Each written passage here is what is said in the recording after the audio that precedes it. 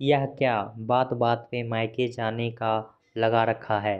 तुम्हें मेरी चिंता है? जब तुम मायके चली जाती हो तो मुझे कितनी परेशानी होती है। कुणाल अपनी पत्नी सीमा पर भड़क रहा था। कई महीने से सीमा नोट कर रही थी। कुणाल हर छोटी छोटी बात पर रिएक्ट करता, लेकिन आज तो हद हो गई। तुम पर सिर्फ मेरा अधिकार है। तुम ये मत भूलो कि अब तुम मेरी पत्नी हो। एक लड़की की शादी के बाद जब उसकी सारी जिम्मेदारी उसके पति और ससुराल वालों की होती है तो लड़की पर पहला अधिकार भी सबसे पहले उसके पति का होता है। शादी के पहले तुम्हारी इच्छाएं तुम्हारे घर वाले पूरा करते थे, अब मैं करता हूँ। क्या मैंने कभी कोई कमी रखी तो हुआ ना तुम पर मेरा पहला अधिकार? कुणाल अपनी पत्नी सीमा से कहता है।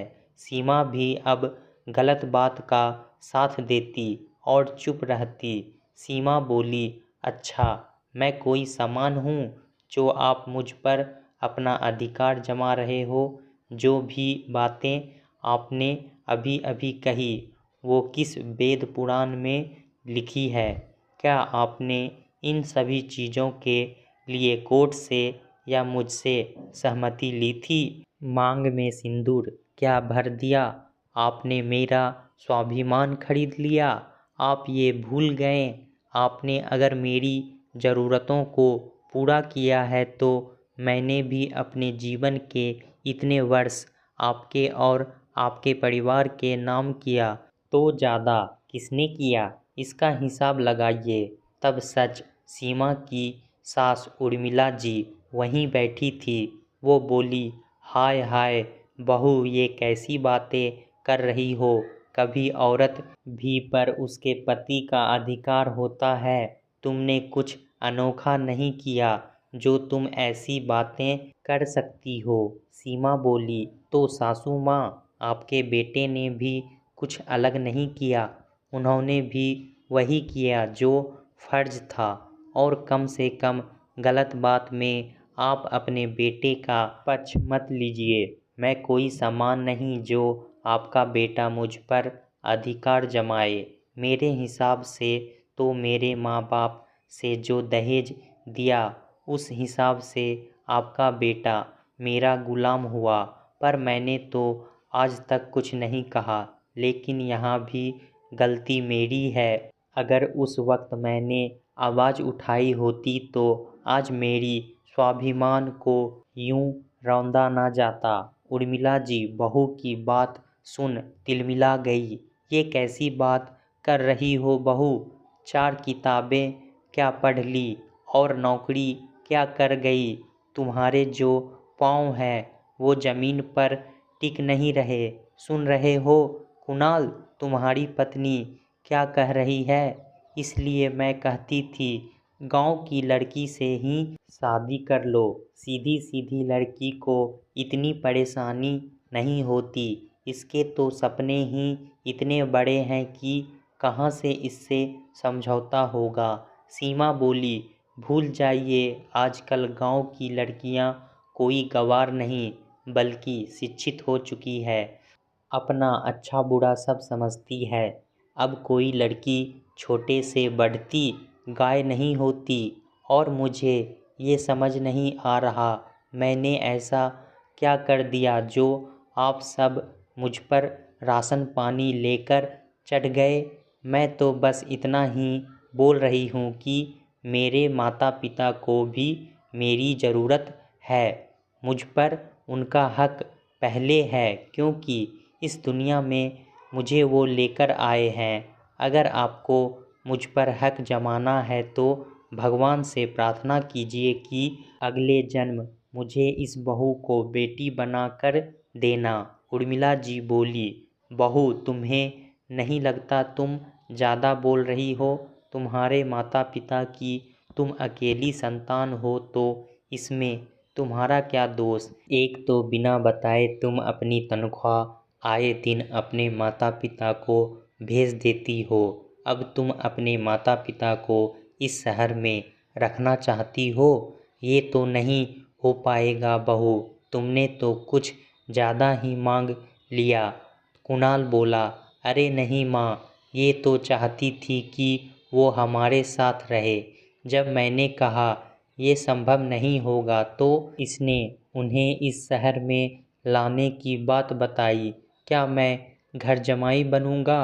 अगर वो इस शहर में रहेंगे और हमारे संबंधियों को पता चलेगा तो हमारी क्या इज्जत रह जाएगी। इसका पूरा ध्यान उन्हीं लोगों पर रहेगा। तभी तो कह रहा हूँ कि इस पर पहला हक मेरा है, ना कि इसके मायके वालों का।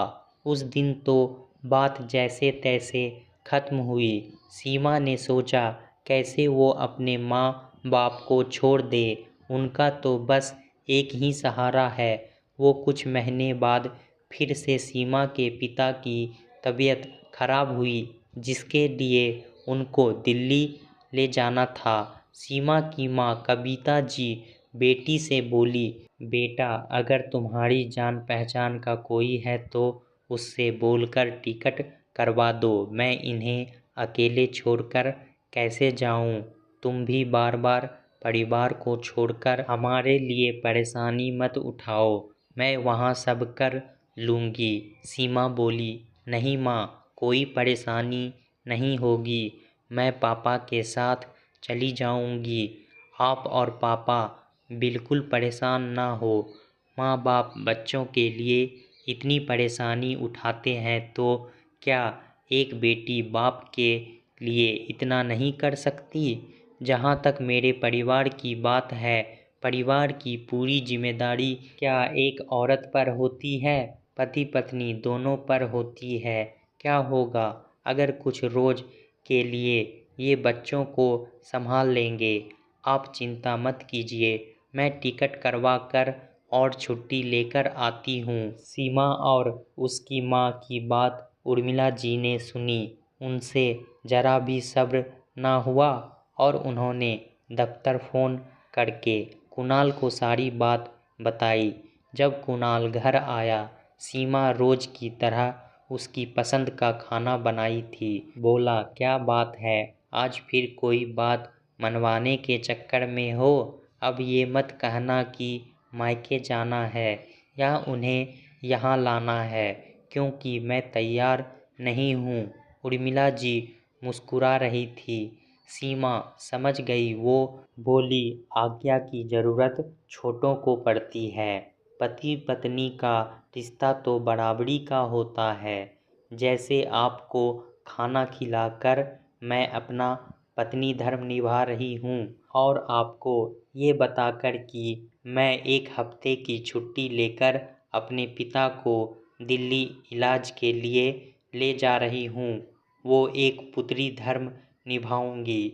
जैसे ही कुणाल तेज आवाज़ में बोलना चाहा, वो धीरे से बोली, ध्यान रखिएगा, मैं भी अपने स्वाभिमान के लिए आवाज़ ऊंची कर सकती हूँ। बच्चे घर पर हैं इसलिए चुप हूँ, वरना आज जो आप करेंगे कल वही इनसे पाएंगे। उसने प्यार से बच्चों को खाना खिलाया और उन्हें कमरे में भेज दिया। उर्मिला जी आग बबूला हुई जा रही थी। जब बहू के सामने दाल नहीं गली तो अगले दिन उर्मिला जी ने सीमा को बिना बोले सीमा की माँ को फ़ोन किया और बहुत कुछ बोली। कविता जी बेचारी कहती भी तो क्या कहती। उन्होंने बेटी को आने से जब मना किया तो सीमा समझ गई, पर उसने किसी की एक नहीं सुनी। जब पति ने कहा कि अगर तुम वहाँ गई तो मैं तुम्हें कभी लेने नहीं आऊँगा, सीमा मुस्कुराते हुए बोली, मर्दों का ये आखिरी हथियार होता है जिसे वे आखिरी वक्त अपनी पत्नी के स्वाभिमान को ठेस पहुंचाकर फिर इसका इस्तेमाल करते हैं। कुणाल बोला, मैं मजाक नहीं कर रहा। सीमा बोली, मैं भी मजाक नहीं कर रही हूँ।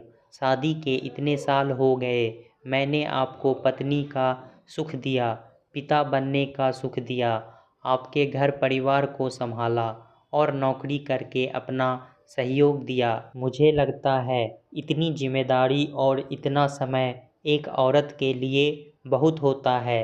आप भूल रहे हैं, मैं माँ पत्नी होने से पहले एक बेटी हूँ और मैं अपने बेटी होने के फ़र्ज़ को भी निभाना है। आप अपने बच्चों को संभालिए, मैं अपने पिता को संभालने जा रही हूँ। बस जब बच्चे आपसे सवाल करें तो उन्हें सच्चाई बताइएगा, आपको आपका जवाब मिल जाएगा। इतना कहकर वो चली गई। सीमा कुछ घंटे में अपने माता पिता के पास पहुंची और उसी रात की फ्लाइट से पिता को दिल्ली गई। उन्हें उनको डॉक्टर से दिखाया और एक हफ्ते बाद वापस मायके लौट आई। माँ बोली, अब तुम अपने ससुराल वापस जाओ, तुम्हारे बिना वहाँ बच्चों को परेशानी होगी। सीमा बोली, बच्चों की जिम्मेदारी क्या बस एक औरत की होती है? क्या औरत पर बस उसके पति का अधिकार होता है? पत्नी का कोई स्वाभिमान नहीं होता? एक औरत का भी तो अपने मन पर और खुद पर अधिकार होता है। कुछ वक्त उन्हें मेरे बिना ही संभालने दीजिए। कुछ मर्दों को हर चीज़ आसानी से मिल जाती है, जिसके कारण वो औरतों की कद्र करना भूल जाते हैं। लेकिन जब खुद करना पड़ता है तब शायद उनको एहसास हो, और कुणाल को बोलकर एहसास होने वाला है नहीं। तो जब वो खुद कुछ जिम्मेदारी उठाएंगे तो शायद एहसास हो। एक ही हफ्ते में ही कुणाल और उर्मिला जी की हालत खराब हो गई। बच्चों के सवालों का जवाब वो दे नहीं पा रहे थे। सीमा की बेटी, जो किरण 14 साल की थी, उसने अपनी माँ को फ़ोन किया और सारी बात बताई। सीमा ने उसे समझाया। किरण उस दिन तो शांत हो गई। अगले दिन वो अपने छोटे भाई का काम कर रही थी तो कुणाल बोला, मेरी बेटी तो बड़ी हो गई, अपने भाई का भी ध्यान रखती है। किरण बोली, मैं इसका ध्यान रखती हूँ पर इस पर कभी अपना अधिकार नहीं दिखाऊंगी। उर्मिला जी बोली, देख रहे हो, ये सब ज़रूर इसकी माँ ने इसे सिखाया होगा। कुणाल बोला, नहीं माँ, कोई भी माँ अपने बच्चों को गलत बात नहीं सिखाती। हो ना हो, हम जो कर रहे हैं उसी का ये असर है। बच्चे कहते नहीं, पर देखकर वो सब समझते हैं। मेरी ही गलती है जो बात में इतनी रोज से समझ नहीं रहा था। मेरी बेटी की कुछ बातों ने मुझे समझा दिया। आप सोचिए, कल को अगर सीमा के पिता की जगह मैं रहा तो मुझे कैसा लगेगा। कुणाल ने अपने एक दोस्त को उसी शहर में सास ससुर के लिए घर ढूंढने को कहा और शाम में सीमा को फ़ोन करके बोला, मैं नाराज़ क्या हुआ, तुम तो मुझे भूल गई। इतने साल का साथ क्या इतना कमज़ोर होता है कि साथी अगर भटक जाए तो क्या अगला उसे भूल जाता है। सीमा बोली, मैंने तो खुद पर और अपनी हर खुशी पर आपको पूरा अधिकार दिया, पर आपने खुशी और अधिकार चुना और जिम्मेदारी और मेरे स्वाभिमान को भूल गए। आज ज़रूर बच्चों ने आपसे कुछ ऐसा कहा होगा जिसके कारण आपको एहसास जागा। काश कि आप मेरी जगह रहकर देखते, तब आपको परिस्थिति समझ में आती। कुणाल को अपनी गलती का एहसास हो चुका था।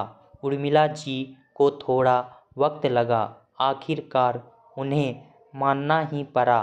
कुणाल बड़े आदर साथ सीमा को वापस लेकर आया और कुछ महीनों बाद उसके साथ जाकर एक घर उसके माँ बाप के लिए लिया और वक्त रहते उन्हें शिफ्ट किया, ताकि सीमा परिवार और माता पिता दोनों को संभाल सके। अब सीमा को कोई दिक्कत नहीं होती, अपने घर और माता पिता की जिम्मेदारी को अच्छे से निभा पा रही थी। दोस्तों, शादी के बाद ससुराल वाले चाहते हैं कि बहू से अपने ससुराल की जिम्मेदारी उठाए, हर फैसला अपने ससुराल वालों और पति के मुताबिक ले, मगर वे लोग भूल जाते हैं कि बहू उनकी खरीदी हुई कोई जायदाद नहीं है जिस पर सिर्फ उनका ही अधिकार हो। वह भी किसी की बेटी बहन होती है और उन रिश्तों के प्रति भी उसकी कुछ जिम्मेदारियां होती है जो कभी ख़त्म नहीं होती, पर ससुराल के दबाव में आकर हुए अपने मायके से दूरी बना लेती है। आखिर कब तक बहू को त्याग करते रहना पड़ेगा। दोस्तों, कहानी कैसा लगा हमें कमेंट में ज़रूर बताएं। इसी तरह की पारिवारिक कहानी सुनने के लिए हमारे चैनल को सब्सक्राइब करना ना भूलें। धन्यवाद।